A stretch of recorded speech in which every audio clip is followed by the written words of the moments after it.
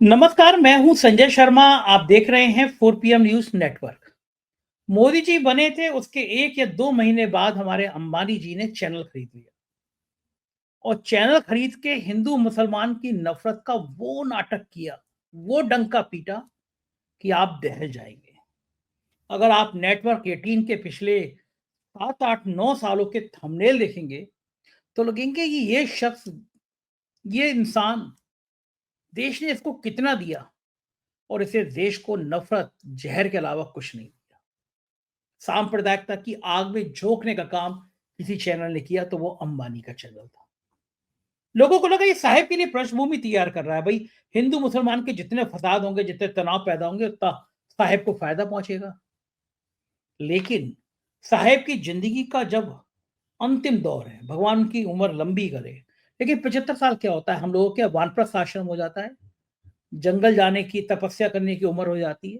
तो कहा भी जाता है कि भाई बुढ़ापा शांति से कट जाए, बुढ़ापा अच्छा कट जाए। ऐसे में जब मोदी जी का बुढ़ापा आया, मोदी जी को जीवन में जिस समय ताकत की सबसे ज्यादा जरूरत है, क्योंकि पार्टी के अंदर भी बस लोग इंतजार कर रहे हैं कि ये साहब कमजोर पड़े, उनको निपटाया जाए। मोहन भागवत समेत आरएसएस की टीम इंतजार कर रही है, दांव लगे और मोदी को निपटाया जाए। ऐसे मौके पे चचा ट्रंप ने तो गच्चा दिया ही दिया। मोदी जी के सबसे प्यारे दोस्त मुकेश अंबानी भी जाके खड़े हो गए। पहले मैं आगे बात करूं, थोड़ा सा नजारा देख लीजिए मोदी के ट्रंप के शपथ ग्रहण से पहले का, जो सोशल मीडिया पे वायरल हो रहा है। देखिए ये video. which is, unheard of, especially, I shouldn't say this, for a Republican. The Republicans are actually becoming the mainstream party. And very importantly, देखा आपने, ट्विटर पे चल रहा है कि अंबानी को बुला लिया ट्रंप ने, मोदी को नहीं बुलाया, क्योंकि उनको पता था देश का असली मालिक कौन है। अब साहब मोदी जी परेशान होना जो जाहिर है कि ट्रंप ने इतना बड़ा बेइज्जती कर दी, और सारा प्लान बीजेपी का ये था कि ट्रंप जैसे ही मोदी को बुलाएंगे, दिल्ली में बड़े बड़े कैंप लगाए जाएंगे, दिल्ली में बड़े बड़े इश्तिहार दिए जाएंगे, अमेरिका में बड़ा ड्रामा होगा। अब की बार, अब की बार, अब की बार मोदी जी पिछले वाले नारे लगाते हुए नजर आएंगे, ट्रंप के साथ दोस्ती के हाथ मिलाते नजर आएंगे, और सब ये सब दिल्ली में लगाया जाएगा। दिल्ली के लोगों को बताया जाएगा कि हमारे प्राइम मिनिस्टर इतने शक्तिशाली हैं कि अमेरिका में इतना स्वागत हुआ। लेकिन हो गया उल्टा। दिल्ली के चुनाव में बीजेपी के कुछ सितारे गर्दिश में दिखाई दे रहे हैं। केजरीवाल की तकदीर कुछ ज्यादा आगे दिखाई दे रही है कि आगे जा रही है। खेल क्या है अंबानी का, ट्रंप का, दिल्ली के चुनाव में क्या असर है? हमारे बहुत अच्छे सहयोगी हैं राशिद जहीर, आप सुनते रहते हैं उनकी बातें। अच्छा पत्रकार हैं, नौजवान पत्रकार हैं, मैंने उनसे चर्चा करी। लेके चलता हूं आपको राशिद जहीर के पास। सुनिएगा, मजेदार चर्चा है। उससे पहले चैनल को सब्सक्राइब और ज्वाइन करना ना भूलें।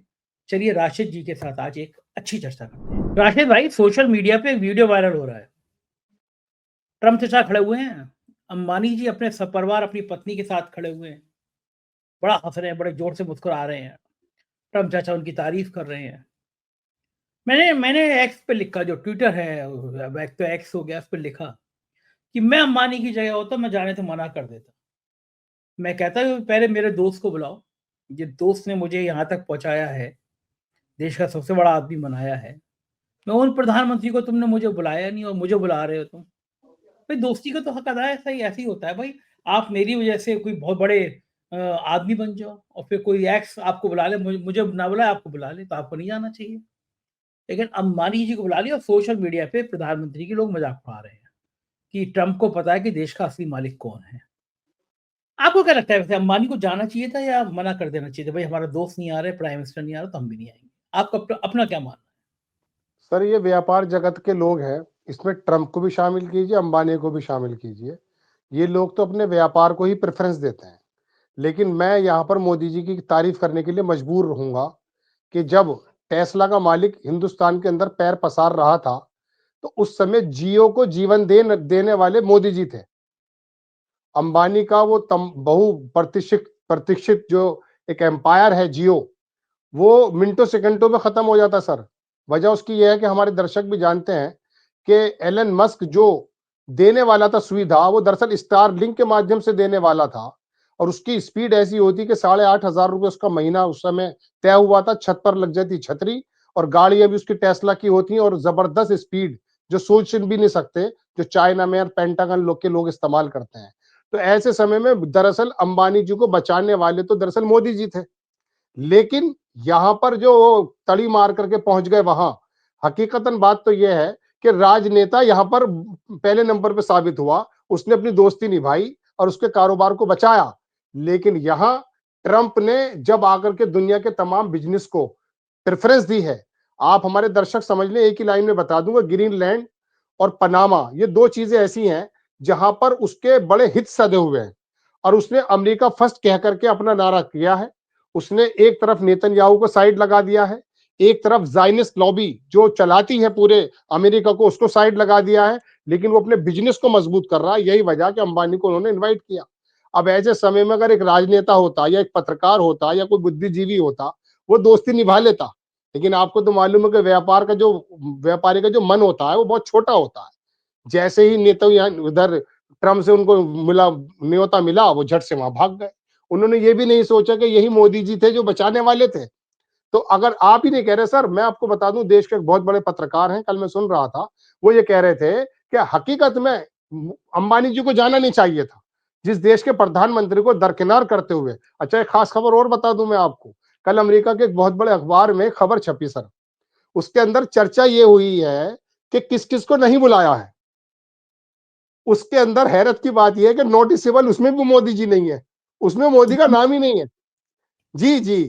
कहने का मतलब यह है कि देश के बहुत सारे लोग, विपक्षी लोगों को बहुत बुलाया नेतन्याहू ने, ओ सॉरी ट्रंप ने, लेकिन जिन-जिन लोगों को नहीं बुलाया है, जैसे अभी यूएनओ के वो हैं कार्यवाहक, उनको नहीं बुलाया, कई लोगों को ऐसों को नहीं बुलाया, लेकिन मैं उम्मीद ये कर रहा था उस अखबार को पढ़ते समय ऑनलाइन कि इसके अंदर मोदी जी का भी नाम होगा। पता ये चला हम बिला वजह हमारे राजनेता अपने मियाँ मिट्ठू बन रहे थे, वहां तो हमारे दुश्मनों में भी हमारा नाम नहीं है।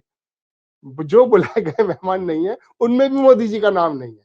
तो अब ये चर्चा यहाँ पर गोदी मीडिया ने चलाई भी है, और इसमें कोई दो राय नहीं। वजह यह है कि बगले हम ही बजा रहे थे, हमारा यार है, हमारी तारीफें करता है, हम यूं कर देंगे, हम वो कर देंगे। आखिरकार हुआ यूं है कि करोड़ों रुपए का हीरा देने के बावजूद बाइडेन अपने पक्ष में नहीं आ पाता है, और ट्रंप नासाब ने तो जाने अनजाने में, एक बात और बता दूं मैं आपको, ट्रंप ने काम और कर दिया है।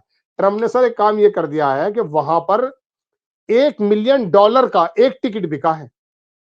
वो किस बात का बिका है कि हाथ मिलाए जाएंगे, यानी कि 1 मिलियन अगर आप खर्च करेंगे तो आपके ट्रम्प के साथ फोटो उतरवा लिया जाएगा और हाथ मिलाया जाएगा।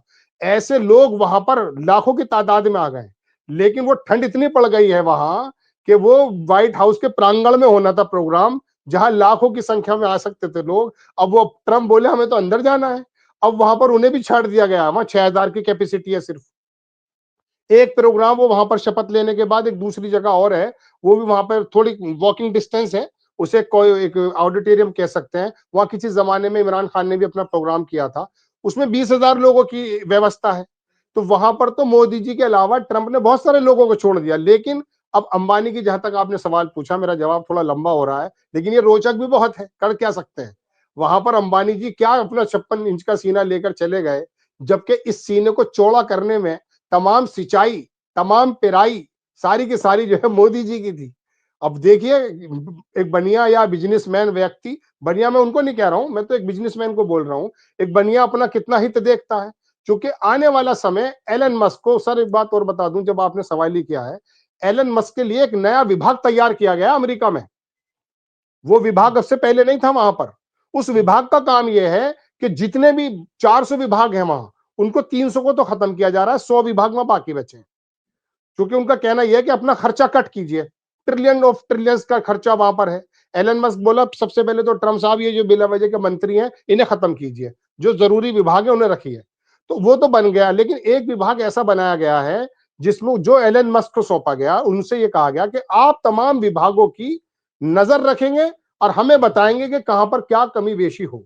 तो आने वाला समय जो है ना सर, मैं आपको बता दूं, ये बिजनेसमैन और जो मार्केट के हवाले दरअसल दुनिया को करना चाहते हैं, इसी मद्देनजर उन्होंने अंबानी को बुलाया है। ये है जी।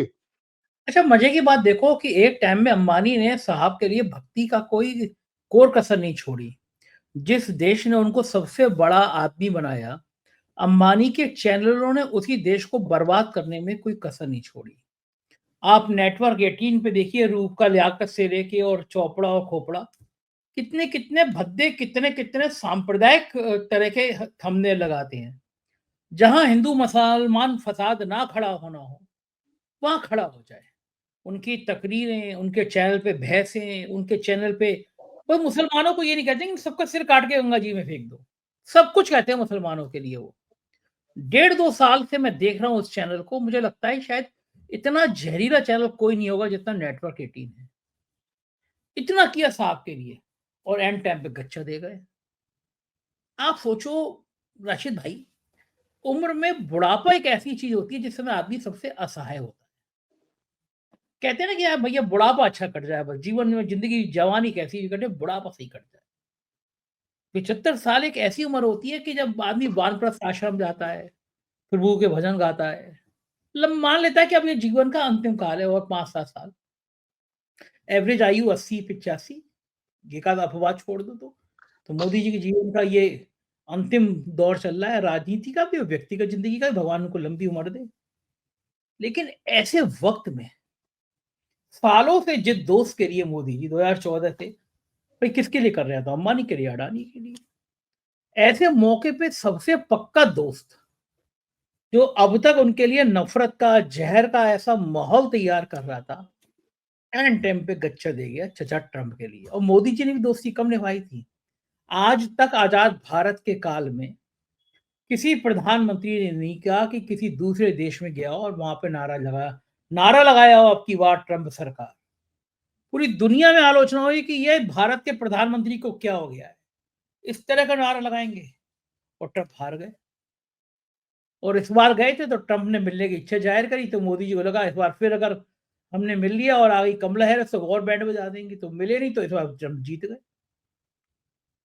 अब मेरा बड़ा सवाल यह है, क्या मोदी जी के लिए अमेरिका खतरे की घंटी बन रहा है? क्या सर अमेरिका की मोदी जी का बाजार, मोदी जी की अर्थव्यवस्था, जो शेयर मार्केट जो अमेरिका पे बहुत डिपेंड रहता है, राशिद भाई, क्या उसके लिए ये खतरे की घंटी मान सकते हैं हम लोग?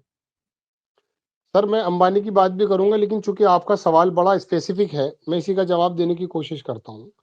परसों सर, ये जो मैंने अभी आपसे कहा था कि जब ये शपथ लेंगे व्हाइट हाउस से और उसके बाद फिर ये एक ऑडिटोरियम में जाएंगे, तो सर मैं आपको बता दूं, ये अमेरिका के बड़े अखबार की खबर है। वो बहुत सारी चीजों पर सिग्नेचर करके जाने वाले हैं। पहली बात तो पूरे अमेरिका के अंदर उस बीच में, हालांकि वो कुछ मिनटों का रास्ता है, लेकिन वो बीच में जो फाइलों पे साइन करने, ये अजीबोगरीब बात है, अखबार की कहानी है, मैं अपने पेट से नहीं बना रहा हूं, कि उस बीच में वो जो फाइलों पे साइन करने जा रहे हैं वो सुन लीजिएगा। इससे आपको पता चल जाएगा कि भारत की आने वाले वक्त में परेशानी क्या क्या बढ़ने जा रही है। पहला साइन तो उस फाइल पर होना है सर, कि ट्रंप ऑडिटोरियम के बाद में पहुंचेंगे, बाद में पहले रेड पड़ जाएगी पूरे अमेरिका में उन लोगों के घरों पर जो वहां से डिपोर्ट किए जाने हैं। गोया कि आप ये समझिए कि वहां ऑडिटोरियम में उनकी तकरीर दोबारा शुरू हो नहीं पाएगी, जो वहां रेड चली जाएगी। उसमें बहुत बड़ा हिस्सा एक हमारे भारतीयों का है। वो टेक्सास हो, कहीं भी हो, किसी भी जगह हो, वहां पर वो साइन करने वाले डिपोर्ट करने के लिए। और वहां ये भी तय नहीं, ये भी तमीज नहीं की जाएगी कि किसके क्या मुहायदे हुए हैं, ये कल वो करने वाले हैं।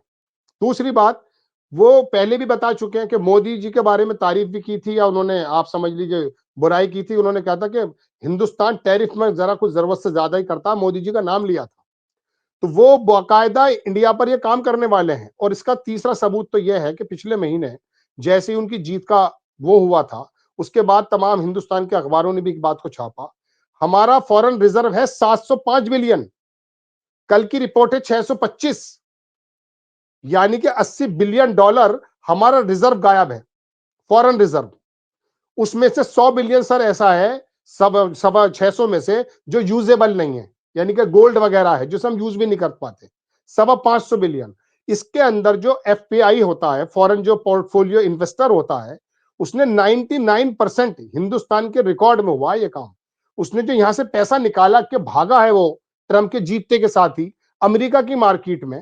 तो आप क्या समझ रहे हैं कि अगर ये हमारा गोदी मीडिया नहीं बताएगा तो इसका असर हमारे पास, हम लोगों पर नहीं पड़ेगा? वो लोग इतनी तेजी से भागे हैं। और हमारे हालात ये हैं आज के हालात में, शेयर मार्केट के, जब कि जो लोगों ने 80 रुपए 81 रुपए में इन्वेस्ट किया था, मैं एफपीआई की बात कर रहा हूं, अब जब उन्होंने निकाला तो उनको 86.5 रुपए मिला है। कितनी बड़ी कमर पे हमारे चोट पहुंची है, ये तो आने वाला वक्त बताएगा, लेकिन चूंकि हमारा मीडिया बताता नहीं है। आरुषि हत्याकांड इन्होंने महीनों चलाया था। मैं दावे से कह सकता हूं 2 महीने सिर्फ और सिर्फ अर्थव्यवस्था चला दें, मोदी जी साफ हो जाएंगे भारत की राजनीति से। लेकिन चूंकि 2014 में जिस अंबानी का जिक्र कर रहे थे वहीं आ जाता हूं, शपथ लेने के 20 दिन बाद आप पता कर लीजिए कि अंबानी ने चैनल कितने दिन बाद खरीदा था। 30 मई को गालिबन शपथ ली गई थी और उसके 1 महीने या 20 दिन बाद अंबानी ने चैनल 18 खरीद लिया था। क्यों साहब, आपका तो कारोबार भी नहीं है, आपने क्या मतलब था? क्योंकि जबानें खरीदनी थी और उसके बाद से ही इनको जो है ये पूरा का पूरा प्रोपेगेंडा चलाना था। अच्छा, एक बात जो आपने कही और कि आखिरी वक्त में आकर के गच्चा दे दिया। सर, मैं इस बात से थोड़ा डिफर ये करूंगा, आखिरी वक्त में आके गच्चा नहीं दिया है। आप याद कीजिए, थोड़े महीने पहले चले जाइए, सिर्फ 4 या 5 महीने पहले अंबानी को पता चल गया था कि भारत में सरकार आने वाली नहीं है और राहुल गांधी के घर चलकर गए थे, जबकि राहुल गांधी उन्हें छोड़ करके चले गए थे मिस्त्रियों के बीच में। ये तो खानदानी आदमी की पहचान थी कि उस आदमी ने देश के सबसे बड़े आदमी से मिलने से इनकार कर दिया और वो सबसे निचले तबके के पास जाकर बैठ गया और जाकर के उनकी व्यथा सुनने लगा। ये देखिए जवाब। लेकिन जिस दिन अंबानी ने अपने घर से सोनिया गांधी का घर का रास्ता नापा था, गच्चा तो उसी दिन दे दिया था मुकेश अंबानी ने। लेकिन चूंकि अब हालात दूसरे बदल गए थे, तो इस वजह से मजबूरन उन्हें ये काम करना पड़ रहा है। अब तो बिल्कुल बात सीधी सीधी कारोबार पर आ गई है। अगर मिसाल के तौर पे मोदी जी से सेटिंग करके वो टेस्ला के मालिक से कह देते हैं कि चलिए चलिए स्टारलिंक ले आइए, तो फिर अंबानी जी का क्या होगा? तो अंबानी जी ने कहा आप साइड हटिए, हम डायरेक्ट ताल्लुक आते हैं हमारे। और ट्रंप भी इसी लोगों को, ऐसे लोगों को पसंद करता है। मैं एक बात और बता दूं, ट्रंप की अगर बात जहां तक है, ट्रंप का कोई राजनीतिक जीवन पहला है नहीं। वो ऐसा नहीं है कि बहुत पहले राजनीतिक परिवार से है। पाकिस्तान के बारे में किसी ने उससे पूछा कि आप जानते हैं वहां के नेताओं को, तो उसने वाकई सच में कहा कि मैं एक नेता को जानता हूं, उसका नाम इमरान खान है और किसी को नहीं जानता मैं। तो वो यहां पर मैं आपको बता दूं, वो दुनिया की जो पॉलिटिक्स है, जायनिस्ट यहूदियों की पॉलिटिक्स को दरकिनार करते हुए उसने आते के साथ ही गाजा के अंदर सीज फायर कर दिया है। प्यूटिन से मुलाकात हो रही है और प्यूटिन से मुलाकात जो उसकी होगी वो किसी खलीजी मुल्क यानी कि किसी मिडिल ईस्ट के मुल्क में होनी है, गोया के शायद कतर में हो जाए।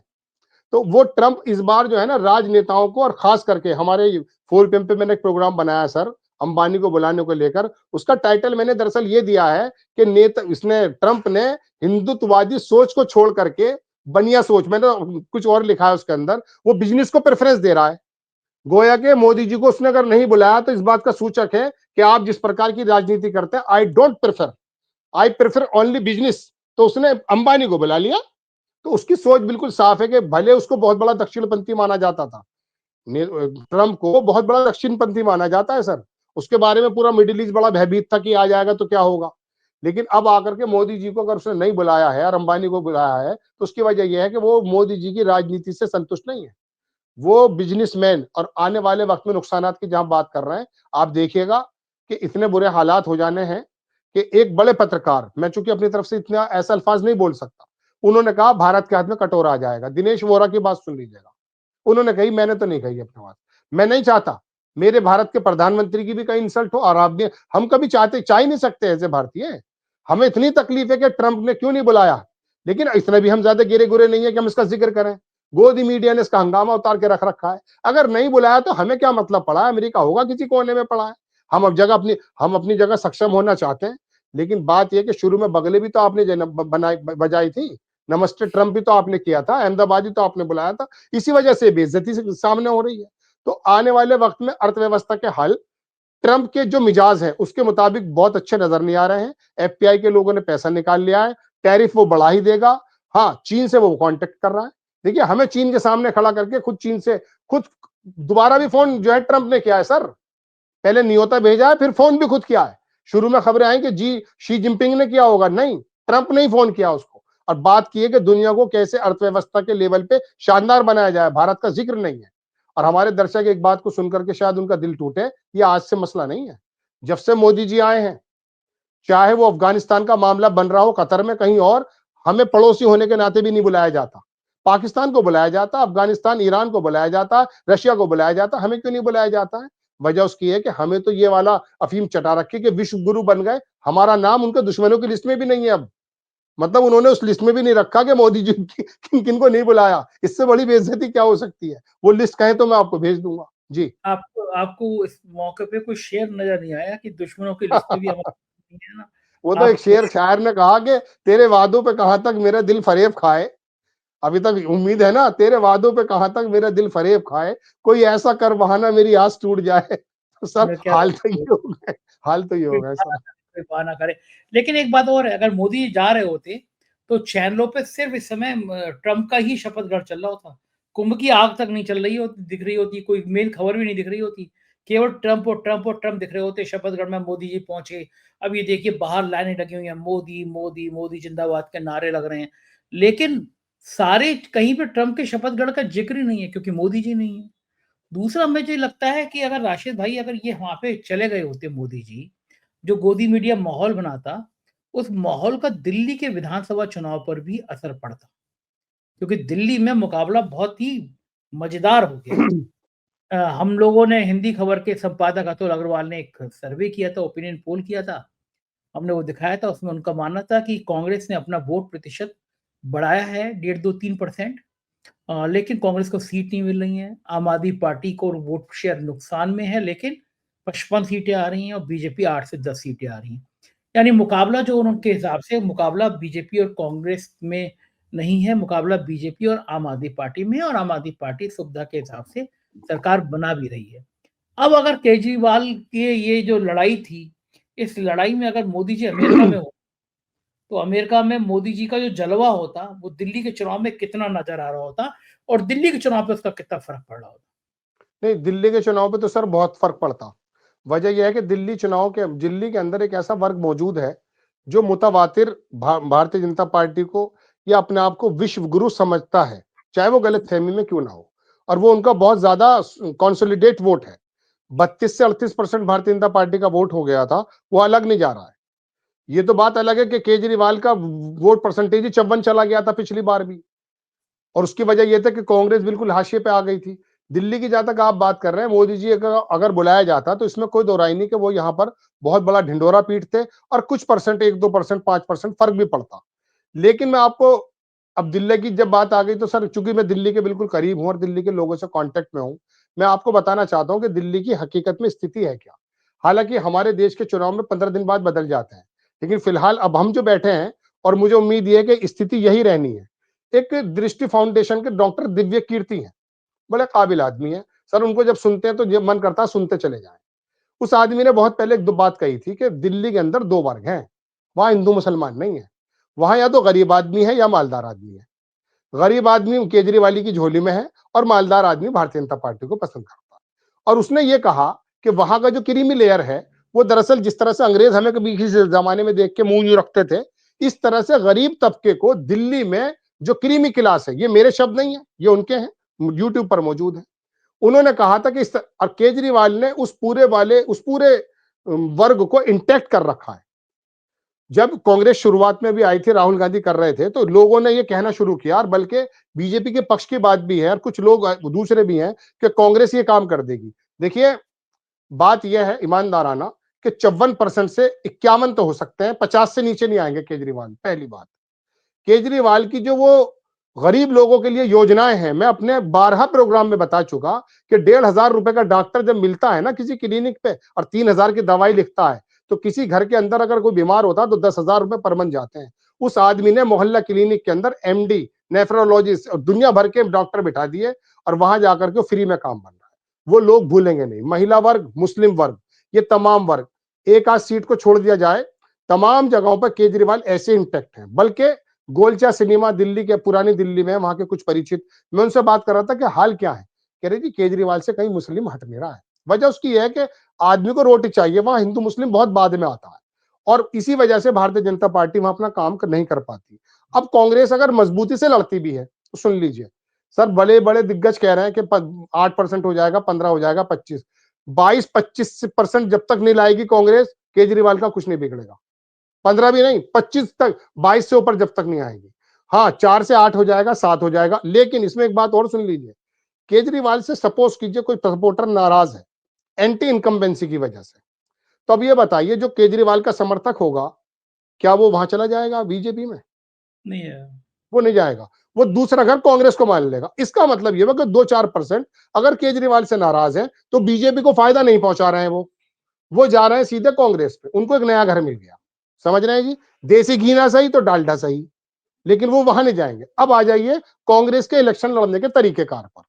कांग्रेस का इलेक्शन लड़ने का तरीकाकार, इसमें कोई दो राय नहीं, राष्ट्रीय मुद्दों को लेकर है, अंतरराष्ट्रीय मुद्दों को लेकर भी है, लोकल मुद्दों को लेकर भी है।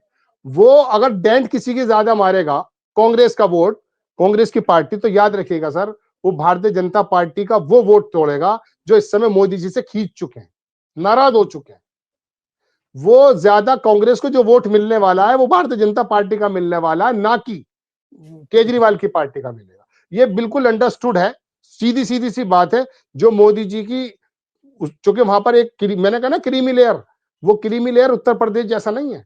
वो थोड़ा अंतरराष्ट्रीय जगत पर अंबानी अडानी और तमाम इन चीजों को देखता है क्या क्या चल रहा है। तो ऐसे समय में कांग्रेस का वोट परसेंटेज अगर कुछ थोड़ा बहुत बढ़ेगा भी तो वो कांग्रेस को जाना है, सॉरी घटेगा अगर बीजेपी का तो कांग्रेस को जाना, केजरीवाल का नहीं जाएगा। एक्चुअल स्थिति तो ये है। और दूसरी बात मैं आपको बता दूं, कांग्रेस के राहुल गांधी अकेले काम करते हैं, बाकी तमाम जो लोग हैं ना वहां पर, उन लोगों को शोरूम और एयर कंडीशन रूम के अंदर बैठने की आदत है। वो जमीन पर केजरीवाल के कार्यकर्ताओं की तरह घूमते नहीं है, वो जमीन पर नहीं उतरते हैं। वहां केजरीवाल को 49-50 से नीचे हटाएंगे नहीं, और उसकी 50-55-60 सीटें आज भी सिक्योर्ड है, कितना भी कर लेना। और दूसरी बात सर ये है कि कांग्रेस अच्छा इलेक्शन लड़ रही है या नहीं लड़ रही, उसका टेम्पो बार बार टूट जाता है। केजरीवाल की पार्टी ने तो वहां काम सर ये किया है कि भारतीय जनता पार्टी की जहां जहां सेंधमारी कर सकती थी, वोटर लिस्ट हो या चुनाव आयोग से संबंधित चीज हो, उस पर भी उनकी नजर है। वहां चोरी के इम्कान भी बहुत ज्यादा होंगे नहीं, तो जो इतना सजग हो, क्योंकि केजरीवाल की पूरी राजनीति दिल्ली के इस इलेक्शन पर डिपेंड है इस समय।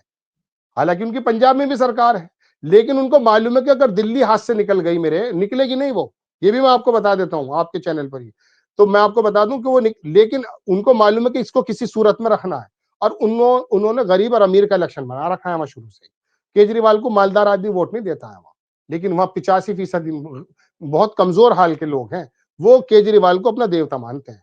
और रही बात वो ऑटो वाले छोटे, तो ये तो छोटा मोटा चल देगा सर, इसमें तो कोई बात है नहीं। तो कांग्रेस का हवा दरअसल कुछ लोग बना रहे हैं, हम जानते हैं उनको भी, वो क्या है, कुछ गोदी मीडिया बनाएगी। लेकिन अलबत्ता मैं आपको बता दूं, ये बुरी खबर है भारतीय जनता पार्टी के लिए। लोग शेर सुन लो कि वो तू बेवफा है, तो ये बुरी खबर भी सुन ले, तू बेवफा है तो ये बुरी खबर भी सुन ले, इंतजार मेरा कोई दूसरा भी करता है। तो अरे क्या बात, क्या बात भारतीय है राशिद जनता पार्टी का वोट यकीन भाई। मानिएगा टूटने वाला है, और वो जाएगा इधर कांग्रेस की तरफ, अगर कांग्रेस अच्छा इलेक्शन लड़ती है तो।